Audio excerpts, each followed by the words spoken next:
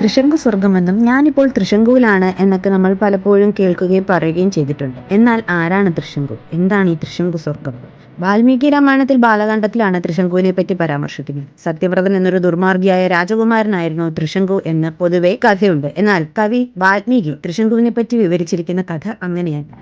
വിശ്വാമിത്രൻ തപസ് ചെയ്തു വരുന്ന കാലം. അക്കാലത്ത് സത്യസന്ധനും ജിതേന്ദ്രനും ലോകപ്രസിദ്ധനുമായിരുന്നു ഇക്ഷ്വാകു വംശത്തിലെ തൃശങ്കു മഹാരാജാവ്. ദേവന്മാർ അനുഭവിക്കുന്ന ഉത്കൃഷ്ടമായ ആ സ്ഥാനം എനിക്ക് എന്റെ ദേഹത്തോടു കൂടി തന്നെ പ്രാപ്തമാക്കണം.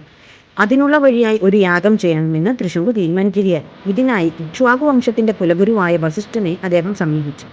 കാര്യം കേട്ടപ്പോൾ തന്നെ വസിഷ്ഠ മഹർഷി പറഞ്ഞു, ഇത് അസാധ്യമാണ്. ഇച്ഛാഭംഗമുണ്ടായ തൃശങ്കു നേരെ പോയത് വസിഷ്ഠ മഹർഷിയുടെ 100 പുത്രന്മാർ തപസ്സനുഷ്ഠിക്കുന്നിടത്താണ്. അവിടെ ചെന്ന് അവരോട് തന്റെ ആഗ്രഹത്തെപ്പറ്റി അദ്ദേഹം വീണ്ടും പറയുന്നു. കുലഗുരുവായ വസിഷ്ഠൻ പറ്റില്ലെന്ന് പറഞ്ഞ കാര്യം അദ്ദേഹത്തിന്റെ മക്കളായ ഞങ്ങൾക്കും സാധിക്കില്ല എന്ന് അവർ ഒരുമിച്ച് പറഞ്ഞു. എങ്കിൽ ഞാൻ വേറെ ആളെ കണ്ടെത്തിക്കൊള്ളാം എന്ന് തൃശങ്കു ക്രോധത്തോടെ പറഞ്ഞു. ഇത് കേട്ട് ദേഷ്യം വന്ന വസിഷ്ഠപുത്രന്മാർ തൃശങ്കു ഒരു ചണ്ഡാലനാകട്ടെ എന്ന് ശപിക്കുന്നു. അന്ന് രാത്രിയോടെ തന്നെ അദ്ദേഹം ഒരു ചണ്ഡാലനായി മാറുകയാണ്. ഇതോടെ അദ്ദേഹത്തിന്റെ കൂടെ ഉണ്ടായിരുന്ന മന്ത്രിയും രാജഭടന്മാരും ഒക്കെ ഓടിപ്പോയി. ഇനി എന്ത് ചെയ്യണമെന്നറിയാത്ത തൃശങ്കു അലഞ്ഞു തിരിഞ്ഞ് ഒടുവിൽ തപസ് ചെയ്യുന്ന വിശ്വാമിത്രന്റെ അരികിലെത്തി. അന്ന് വിശ്വാമിത്രൻ രാജർഷി പദത്തിലെത്തി നിൽക്കുകയാണ്. തന്റെ ആഗ്രഹം പറഞ്ഞത് സാധിച്ചു തരണമെന്ന് പറഞ്ഞ് വിശ്വാമിത്രന്റെ കാൽക്കൽ വീഴുന്ന തൃശങ്കുവിനെ ആശ്വസിപ്പിച്ചുകൊണ്ട് നിന്റെ ആഗ്രഹം ഞാൻ സാധിച്ചു തരാമെന്ന് വിശ്വാമിത്രൻ വാക്കു നൽകുന്നു. ദേശത്തുള്ള മുനിമാരെ എല്ലാം വിളിച്ചുകൊണ്ടുവന്ന് തൃശങ്കുവിന് വേണ്ട യാഗം നടത്താൻ വിശ്വാമിത്രൻ പുത്രന്മാരെ അയക്കുന്നു. വിശ്വാമിത്രന്റെ കോപത്തിന് പാത്രമാകാതിരിക്കാൻ തന്നെ മുനിമാരെല്ലാം വിശ്വാമിത്രന്റെ ക്ഷണം സ്വീകരിച്ചെത്തുന്നു. എന്നാൽ ഇത് അധർമ്മമാണെന്നും പറഞ്ഞു എത്തിച്ചേരാതിരുന്ന വസിഷ്ഠപുത്രന്മാരെ വിശ്വാമിത്രൻ ശപിക്കുന്നു. അതിനുശേഷം തൃശങ്കുവിനെ സ്വർഗത്തിലേക്ക് എത്തിക്കാനുള്ള യാഗം തുടങ്ങുകയാണ്.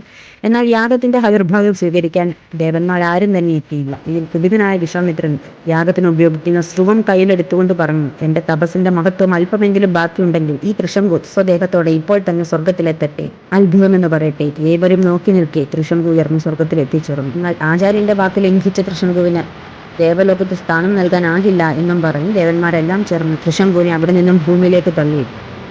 തൃശങ്കു തല കീഴായി ഭൂമിയിലേക്ക് നിലവിളിച്ചുകൊണ്ട് നിലം പതിക്കാൻ തുടങ്ങി. ചിക്കനെ എന്ന് വിശ്വാമിത്ര മഹർഷിയോട് കരഞ്ഞു വിളിച്ചുകൊണ്ട് വരുന്ന തൃശങ്കുവിനെ നിലനിർത്തുവാനായി ആകാശത്തിന്റെ തെക്ക് ദിക്കിൽ ഒരു പുതിയ നക്ഷത്രമാലയെ വിശ്വാമിത്ര മഹർഷി സൃഷ്ടിക്കുന്നു. അതിനുശേഷം കോപം ശമിക്കാത്ത വിശ്വാമിത്രൻ മറ്റൊരു ഇന്ദ്രനെ സൃഷ്ടിക്കാനായി ഒരുങ്ങി. ഇത് കണ്ടു പേടിച്ച് ദേവേന്ദ്രനും മറ്റു ദേവന്മാരും വിശ്വാമിത്രന്റെ കാലിൽ വീണു മാപ്പിരുന്നു.